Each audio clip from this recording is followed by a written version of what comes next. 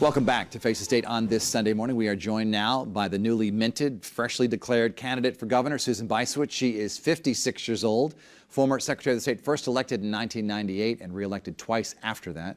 Total of 3 terms, candidate for Attorney General and for the U.S. Senate as well. And Madam Secretary, good to see you back here. Thanks for having me. On the program. Thanks for having me. You were one of the first to call for Elizabeth Esty to resign, and that must have been a very difficult decision to make. What kind of conversations did you have with her before that? It certainly was difficult because Elizabeth has been a friend of mine for years. Her daughter was actually an intern in my campaign, so it was not an easy thing. I had several lengthy conversations with her, and I just kept thinking about my daughters, Ava and Lena. They're 24 and 26. They have started working in New York City, and when I sent them off to New York City, I expect that their employers will protect them and they will be in a safe workplace that is free from harassment and abuse, and to have learned that for 3 months the Congresswoman kept on a chief of staff who she knew was an alcoholic, had anger management issues, and had physically abused and threatened a former staff member with their lives was very shocking, and that's why I made the decision. What was her demeanor to you? Did she plead with you not to call for her resignation? She was very forthcoming.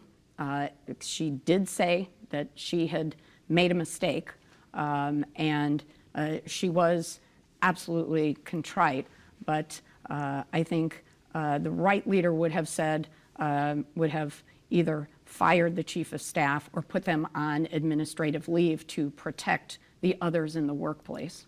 Do you think that she'll hurt the Democratic Party in the fall? Republicans will certainly use her against you, against all Democrats this fall. Look, I'm proud of her for saying, for taking the step to say she wouldn't run, because she is a Democrat, an ardent Democrat first and foremost. So she did the right thing to say that she wouldn't run again. And this is going to be an open seat. It's something that doesn't happen frequently, and there are already people lining up on both sides of the aisle. Let's shift now to the race for governor. 5 weeks from now is the Democratic convention.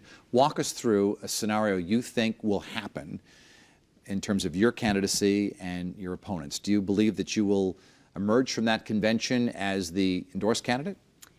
I am working very hard to qualify for public financing and also to get as many delegates as I can at the convention. It's a crowded field. Right now there are 10 candidates, give or take, and we don't know yet how many will go to the convention. I do expect to qualify to be on the ballot to get at least 300 delegates. I would love to be the Democratic nominee. How many Democrats do you foresee in a primary in August? You know, it's hard to speculate. I can say that I'm very proud that the Democrats have quite a field of talented candidates, but I expect that we might be in a primary and there may be 3 or 4 people in it. Hard to know. So if someone on the fence says to you, I think I'm leaning toward Ned Lamont, what would the argument you would make that you would be the better choice? Look, our state is at such a critical point now because we are losing our young people. We are losing some large employers. We haven't gained back the jobs from 2008 that we lost. So we have a lot of work to do. And I believe that we need a leader who can work in a collaborative way with the legislature to make a budget that's on time, that's fair and balanced, and further, someone who's worked in the private sector and has a vision to create jobs that are good paying for our state. And I've done both. I served as Secretary of the State, worked effectively in a bipartisan way with the legislature, and I've helped more than 80 Connecticut companies create thousands of good-paying jobs over the last couple of years. What about the mayor of Bridgeport, Joe Ganim? As you know, this week he announced that he raised over $500,000. That's an impressive chunk of change for someone who cannot get the public financing. Do you see him leaving the primary, leaving the convention with enough support to get on the ballot? Hard to know. He either gets delegates at the convention, or he gets petition signatures, which is a heavy lift to get 15,000 signatures. But I'll say this, I am committed to public financing because I believe that elections should be about the voters and their concerns and hopes for the future of our state, and not about special interests and lobbyist money or $3,500 from many contributors. And that's what Joe Ganim is raising under the non-public financing system. What about the two other mayors in the race, Jonathan Harris, former mayor of West Hartford, and Luke Bronin, who may get into the race from Hartford? What makes you a stronger candidate than them, in your judgment? Look, in my judgment, it is important that we send someone to Hartford who understands what we need to do to get our economy back on track.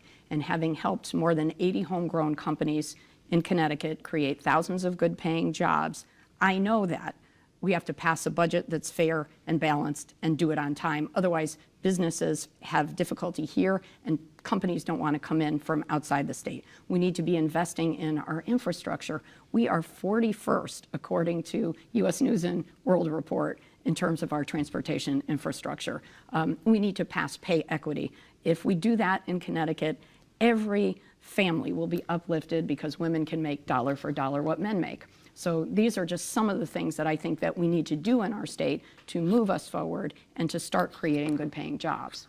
What about in terms of bringing revenue into the state? I mean, there has to be some new ways. I mean, it's easy to say, let's get some companies to move here, but we're talking about tolls, we're talking about perhaps legalizing marijuana, maybe expanding casino gambling. Where do you weigh in on all those three? So I do very much favor electronic tolling, so long as we make the out-of-state people pay more. So just border tolls? No, that we make out-of-state people and motorists pay more than our in-state, because it can't be too burdensome on working families in our state. I also think if we pass tolling, we should cut the gas tax because it's such a regressive tax, and now we're driving fuel-efficient cars, so we're not raising the revenue that we need. I do favor legalizing marijuana because all the states around us are moving in that direction, and it will probably generate more than $50 million a year in revenue. And also, having spoken to so many people who have had family members or they themselves are struggling with opioid addiction, it's interesting. In states like Colorado, where marijuana has been legalized, there are fewer deaths from opioid overdoses. And what about casino gambling? So with casino gambling, I will say that I am not a fan of further development of casinos for economic development purposes.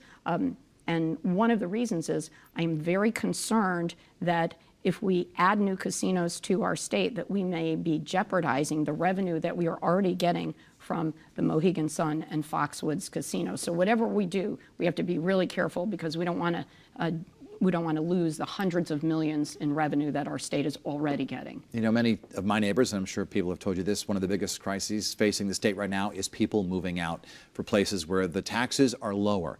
In your first 100 days of office, what would you do to try to stem the bleeding and change that?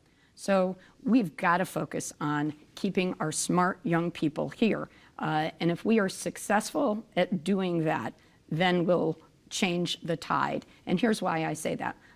Two of my daughters, Ava and Lena, went to college in Connecticut. They found their first jobs in New York. We've got to make our state a place where our young people, when they graduate from a community or technical college or a state college or a university, that they know when they get their degree, they have a great paying job waiting for them when they finish. And then that will help keep employers or attract new employers to our state because we have the talent pool right here. So if I have the honor of being governor, I will work to create partnerships between businesses and our state colleges and universities to keep our young people here. Susan Bysiewicz, Democratic candidate for governor. We'll see you at the conventions. Thank you. Or the convention, rather. You're not going to go to the Republican one, I presume.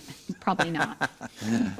When we come back, our flashback, we will take a look back 50 years ago. This week, when Martin Luther King Jr. was assassinated, how did Hartford respond? And I welcome your comments. You can find me on Facebook, Twitter, or Instagram.